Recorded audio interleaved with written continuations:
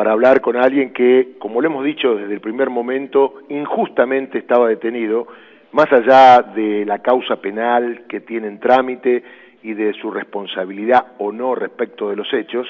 Siempre dijimos que la prisión preventiva era algo aberrante, era algo discriminatorio, era una persecución, y finalmente la justicia, parte de la justicia, puso las cosas en orden con esa doctrina Martín Irurzun, inventada por un solo juez, que implicaba que tener poder residual, un exfuncionario, por eso tenía que estar detenido. Bueno, este exfuncionario hacía más de 2 años que no tenía ninguna función, había sido expresidente de la Nación, y estamos en contacto y le agradecemos por la deferencia con Amado Vudú. ¿Cómo le va, Amado? Buen día, ¿cómo está?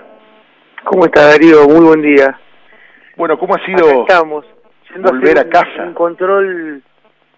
Un control médico para el embarazo de Mónica, que bueno, esperamos que esta semana ya pueda ser papá, ella va a ser mamá, así que estamos haciendo eso. Es verdad, porque me había dicho que venía de un taxi. Digo, ¿a dónde va esta hora con un taxi? A control. Sí, así es. ¿Y cómo ha sido la vuelta a casa? ¿Cómo ha sido la vuelta a casa, encontrarse con los afectos?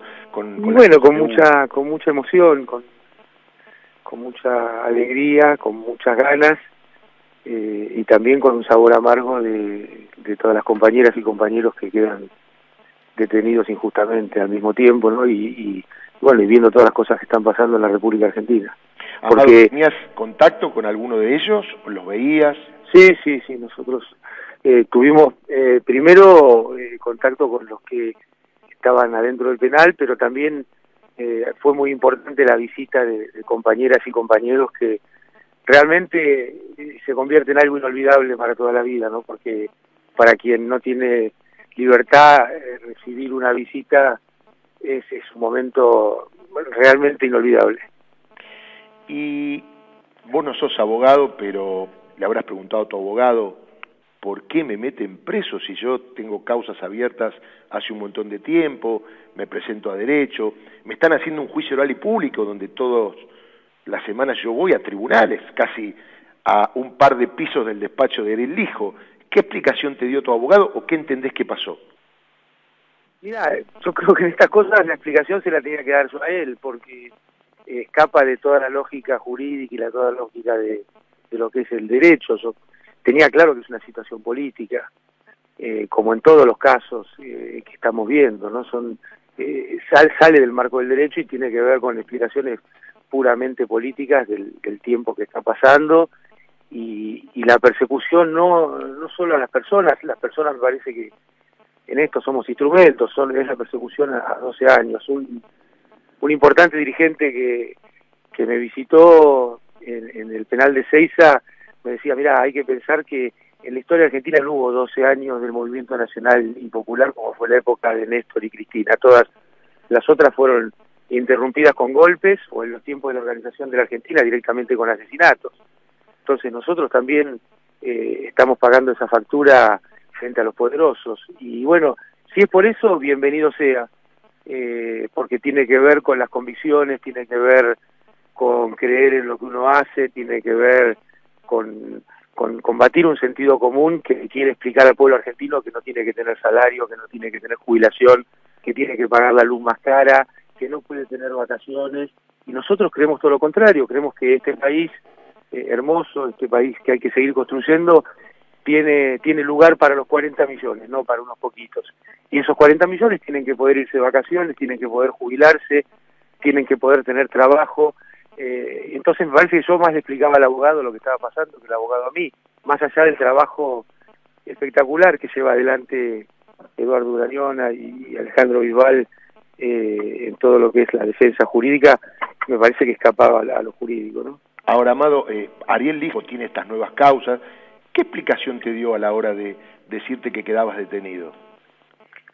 Bueno, los jueces no dan explicaciones. ¿Sí? Lo que me dijo yo lo pude decir porque lo conté cuando fui a presentar la recusatoria. Él me dijo cambiaron las reglas del juego. Ajá, y yo, interesante porque eso, ¿no? Viste, además el juez no estuvo durante la indagatoria, sino que la hizo un secretario, y él apareció al final y me dijo cambiaron las reglas del juego. Eso lo podemos interpretar con un tema político, ¿no es cierto? Yo me iba esposado en el camión hacia Ezeiza y pensaba, la Constitución no cambió, las leyes no cambiaron, ¿qué será lo que cambió? Y después uno se da cuenta, ¿no? Viste que en la prensa hegemónica muchas veces se habla de los jueces tiempistas. Sí. Bueno, yo no sé qué tiene que ver el tiempismo con un juez. El tiempismo puede ser para un jugador de fútbol, o puede ser, qué sé yo, para un jugador de truco. Pero en lo que es la justicia no tendría que haber un tiempismo, tendría que haber aplicación de la ley. Por eso a veces más que de justicia me parece que hablar del Poder Judicial. ¿Te parece bueno que se haya sido la misma justicia la que corrigió este error, entre comillas, del hijo y esta doctrina Irurzun? Porque finalmente el camino legal es es la libertad de las personas que están sometidas a proceso, cualquiera fuese el delito y más en la función pública. A mí me genera dos cosas. Como siempre las instituciones queremos creer y queremos que funcionen y que vayan mejorando. Entonces, bueno, pues digo, es parte del Poder Judicial, ¿no? Uno no puede hablar de que el problema es el Poder Judicial, es parte del Poder Judicial, por un lado. Pero por otro lado también ver que hay cosas, por ejemplo, lo del caso del encubrimiento, entre comillas, AMIA, que se quiso poner que era traición a la patria. Me parece que es toda una cuestión que no tiene ni pies ni cabeza, porque fue un acto de gobierno. En la Constitución está que es el Poder Ejecutivo quien lleva adelante las relaciones internacionales. En ese caso pasó por el Congreso. Entonces, me parece que es uno de los casos que marcan a la cara lo que está pasando, ¿no? Mis preguntas son en términos jurídicos, porque soy abogado, pero le voy a dar a Romina Calderaro, mi compañera, que le haga preguntas en términos más políticos y sobre todo el panorama respecto de los otros compañeros kirchneristas de tu partido que están todavía detenidos, ¿no? Romina. ¿Qué tal? ¿Cómo le va, Udu? ¿Cómo está, Romina? Bien, algunas declaraciones. Usted está convencido de que lo que se está persiguiendo son 12 años de gobierno, ¿no? Eso quedó claro por delante. ¿Usted qué pensaba en estos 70 días cuando se despertaba a la mañana? Bueno, como nos pasa a todos, uno piensa en varias cosas, en diferentes cosas. Para empezar, yo siempre pensé que preso no estaba ni iba a estar. Estaba privado de mi libertad, pero yo iba a seguir pensando, iba a seguir soñando, iba a seguir creyendo en las cosas que creo y trabajando por ellas. Así que, para empezar, una primera cuestión es eso. Y después hay que entender que esa es la vida que me tocaba vivir y pensarla y darle para adelante lo mejor posible, organizando tareas colectivas que tenían que ver con la convivencia con el resto de los internos, tareas que organizaba el penal también, y también lo personal, la lectura, claro, lo que había decidido estudiar en ese momento. Sí, en realidad pude repartir las lecturas por mucho tiempo. Estuve leyendo también 2 libros sobre la Revolución Francesa, algo sobre la Revolución Rusa, tratando de entender los paralelismos que hubo y las diferencias en esos dos procesos revolucionarios. En economía le centro a Minsky, y también tuve la posibilidad de leer cuestiones que no tienen que ver con la política, con la historia, sino para entretener. Y respecto de las conversaciones con los otros detenidos, usted ha dicho: me llevo las conversaciones del pabellón, charlas profundas que nunca voy a poder olvidar. ¿Alguna de esas charlas, algún título, algún tema que le hayan cambiado la vida? Porque supongo que la experiencia le cambió la vida. Sí, muchas tienen que ver con las injusticias de los sistemas, pero también del gran sistema que es el capitalismo, ¿no? Este capitalismo que estamos viviendo y condiciones que genera, que hacen muy difícil la vida de la mayoría de las personas. Lo increíble de esta etapa es que vivimos en un sistema que hace muy difícil la vida de la mayoría de las personas, no de grupos. Me parece que ahí hay un punto muy importante, ¿no? Los extranjeros que están detenidos y con prisión preventiva o que han sido traídos, extraditados y están con prisión preventiva, bueno, ahí hay una situación que es como un limbo que no se resuelve, 2, 3 años presos sin ni siquiera tener fecha de juicio oral. Pero también las situaciones familiares que tienen que ver con la familia alrededor de los presos, ¿no? Es un sistema que genera supuestamente está hecho para la reinserción, para el castigo, pero también para la reinserción y para la preparación, y sin embargo creo que genera todo lo contrario. Las familias que van a visitar, hijos, hijas, esposas, pasan por situaciones similares a las de los detenidos. Y me parece que eso también es algo que tenemos que revisar para adelante. Te quería preguntar si pensaste que esto se iba a dar como se dio en enero o pensabas que podía demorar un poco más de tiempo. Digo, la angustia crecía en que esto se iba a dar, porque hay que decir que en el medio de la primera prisión preventiva aparece otra indagatoria, otro procesamiento y otra prisión preventiva que tiene que ver con un tema de viáticos, un tema lejano que ocurrió en París. Ahí nos llamó la atención porque es como que esa causa que estaba dormida rápidamente fue camino a un procesamiento y prisión preventiva. ¿Pensaste que esto se iba a demorar? Yo nunca puse fecha en mi cabeza de salida. Pensaba que eso era un problema para la vida día a día. Con mucha expectativa, pero nunca puse una fecha de salida. Yo me empecé a organizar para vivir ahí adentro con la mayor entereza posible y sabiendo que, mira, en la cárcel entran y salen personas todos los días. Entonces hay que prepararse para enfrentar esa situación. Esto no es que yo entré a una enfermedad terminal, que hubiera sido algo mucho más difícil, y aprovecho para mandarle un gran saludo a ese patriota que es Héctor Timerman, que la verdad lo persiguieron de la peor manera, porque si hay alguien que se ocupó de defender a la Argentina del exterior en todos los frentes, Héctor. A mí me ha tocado compartir con él muchas luchas en el exterior y a mí no me gusta hablar del resto, pero la verdad que es tremendo lo que le han cargado arriba de su espalda a una persona que realmente se ocupó muy fuerte de la Argentina. Entonces, en ese sentido yo nunca estuve pensando me voy mañana, porque creo que eso no es sano. Lo que uno tiene que trabajar es fuerte con sus abogados y ahí adentro trabajar en sus convicciones y en la tarea diaria. Y respecto de esa toma, esa foto que salió en todos los diarios, que vos te habrás enterado, te habrán comentado, cuando llegaron a tu casa, teniendo en cuenta que vos estabas a 10 cuadras de Comodoro Pi, que en la semana había estado en tribunal en el juicio oral por el tema de Chicone. ¿Por qué esa toma de esa foto? Hay una causa penal donde están imputados quienes te tomaron la foto. Descalzo, ¿no? Descalzo, en esas condiciones. ¿No te dieron tiempo a calzarte? ¿Cómo fue todo eso? Claro, sonó la puerta y bueno, yo fui a atender y a esa hora estaba en pijama dentro de la cama, así que atendí como estaba. Lo que me parece, sí, hay una causa, yo estoy convencido que la detención fue para la foto, no fue para otra cosa. Y por eso, bueno, yo pedí ser parte en la causa, primero me lo negaron y ahora sí, porque además no puede ser que en esa causa terminen pagándola las dos personas que estaban paradas al lado mío que recibían órdenes. Claro.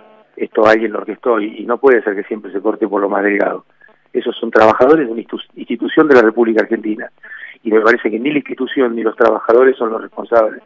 Acá hay responsables que son personas, porque no se puede decir esto es la prefectura. La prefectura es una institución que tenemos que cuidar, que defender y que tiene que llevar adelante su tarea.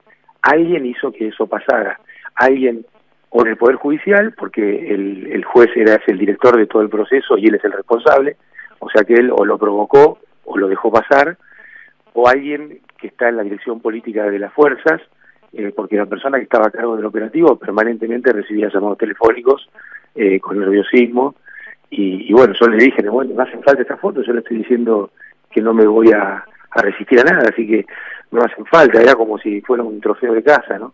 Ahora, como si fuera inocente, ¿y por qué querían esa foto los grupos hegemónicos y gente que esperaba esa foto? ¿Para qué?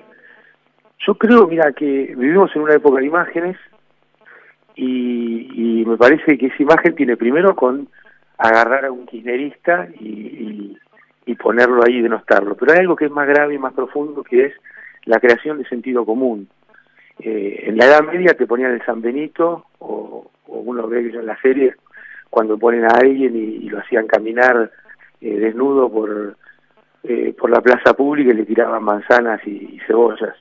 Bueno, hoy eso es el casco y el chaleco, son los nuevos atributos del condenado, y acá ni siquiera condenados. Entonces me parece que está la generación de un sentido común que mientras algunos con un sistema van llevándose puesto el país, parece que otros son los responsables de todos los males que pasan. Y la verdad es que hay un gobierno que lleva 2 años, que dijo que era re fácil bajar la inflación, que lo hacía en un día, que dijo que nadie iba a perder ingresos, que dijo que los trabajadores nunca más iban a pagar impuesto a las ganancias, que dijo que con la Argentina en el mundo se iban a vender los productos argentinos en todos los países, y ninguna de estas cosas está pasando.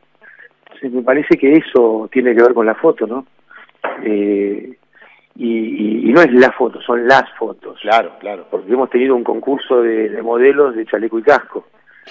Entonces, uno se ríe, pero es terrible. Claro, quizás, Romina, y lo comparto con Amado, la figura era Amado Vudú, me da la impresión, ¿no? El más buscado, ¿no? Bueno, cuando yo era chico, lo más buscado era la figurita que faltaba, ¿te acordás? En el álbum. Ahora, Vudú, ¿usted cree que su detención lo ayudó a aprobar la reforma previsional al gobierno? Yo creo que salió de escena una voz que podía contribuir a aportar otra mirada sobre el tema. Yo no digo, como decía Kirchner, cada uno tiene su verdad relativa. Y nosotros también tenemos una verdad, porque es mentira que no se podía sostener el sistema jubilatorio. Ya eso se había dicho en los 90 cuando se privatizó. Y nosotros pacientemente durante 12 años reconstruimos el sistema jubilatorio. Y como es mentira lo de la herencia, nunca hubo un traspaso de gobierno, salvo entre Néstor y Cristina a sí misma, donde el Banco Central estuviera con tantas reservas, el desempleo estuviera tan bajo. Entonces también hay que terminar con ese sentido común, el desendeudamiento. O sea, la economía estaba mejor cuando se fue el gobierno, cuando terminó el gobierno de Cristina que hoy, eso no hay ninguna duda. Y es mentira que se está haciendo un trabajo duro para terminar con la herencia recibida. La herencia fue buena. Si uno agarra los 200 años de historia argentina, no hubo un traspaso de gobierno donde las variables económicas estuvieran tan bien. Había cosas para corregir, sin ninguna duda. Había cosas que se puede tener una visión distinta y hacerlas diferentes, sin ninguna duda. Pero de ahí a echarle la culpa al desastre que están haciendo al gobierno nuestro, me parece que es una actitud, si uno quiere ser simpático, es una actitud adolescente, si uno quiere decir las cosas como son, es una actitud cínica. Amado, dijiste ayer que no hay nada que festejar respecto de esta libertad. ¿Por qué? No hay nada que festejar porque esto es una cuestión colectiva, no tiene que ver con que una persona salga o entre, sino que tiene que ver con lo que está pasando en la Argentina, porque también hay un chico que está preso por mandar un email que era una supuesta amenaza al presidente, hay todavía gente presa después de una manifestación, hay perseguidos políticos de nuestro espacio que están presos, entonces no hay nada que festejar. En la Argentina hoy no hay nada que festejar, porque los cortes de luz son los cortes de luz, porque la inflación es la inflación, porque a los jubilados van a estar a partir de marzo peor, entonces no hay nada que festejar. Acá lo que hay que seguir trabajando para poder quebrar ese sentido común, para que se puedan percibir las cosas tal cual son, para que no se puedan tapar. Sí, quiero preguntarle si suena tranquilo porque está tranquilo o si hay un odio que está intentando controlar porque lo que le pasó es muy injusto. Lamentablemente yo no sé odiar, yo no odio, yo creo que hay que trabajar sobre lo positivo para transformar las cosas que a uno no le parece que están bien. Además, bueno, voy a ser papá esta semana, así que eso también te da una visión distinta de lo que viene. Por primera vez voy a ser padre, es algo que es hermosísimo y bueno, también le pone otro toque, pero no me parece que el odio sea la medida de la política, porque justamente el odio es lo que hace tomar decisiones irreflexivas, y me parece que nunca estuvo en nuestro espacio político el odio hacia nadie, ni siquiera hacia los que pensaban muy distinto, ni siquiera a los que nos denostaban. Durante nuestro gobierno no hay una persona que haya sido detenida por hablar mal de ninguno de nosotros o por hacer algo, una manifestación pública en ese sentido. Entonces, yo no creo que el odio sea una buena herramienta. Yo creo que justamente uno tiene que mirar, la transformación tiene que ver con el amor, tiene que ver con entender que tiene que haber un espacio para 40 millones en este país y en el mundo. Porque te repito, mira, esto que hablamos al principio, vivimos en un sistema donde la mayoría vive muy mal. y entonces el problema es el sistema. Acá hay que ver cómo vamos transformando el sistema, y me parece que hay cuestiones que el sistema da para que se reformen, y hay cuestiones que hay que cambiar. Amado, a propósito de Mónica García de la Fuente, que va a ser mamá y vos vas a ser papá, ese fue el programa de Susana Jiménez en su momento.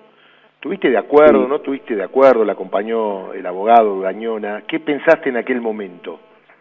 Mira, ella es una persona que es muy exigente consigo mismo, así que mi temor es que si algo no salía como ella esperaba, se lo cargara a ella misma, ¿no? Se autocastigara por eso, porque la verdad que la visión de ella también es que su compañero estaba preso y bueno, quería aportar. Aportó muchísimo porque el esfuerzo que hacía de visita, y ella lo hizo mucho, también es algo muy muy hermoso de recibir. ¿Ya están los nombres de chicos? Sí, sí. ¿Cómo serían? Se van a llamar Simón y León. Bueno, tiene mucho que ver esos nombres, pero bueno. Tiene mucho que ver el segundo, sobre todo León, ¿no? Sí, son dos nombres que... El León fue el que primero estaba definido. Claro. Y después estuvimos dando vuelta y nos gustaba mucho también Pedro, pero como Pedro también fue primero Simón, nos quedamos con Simón.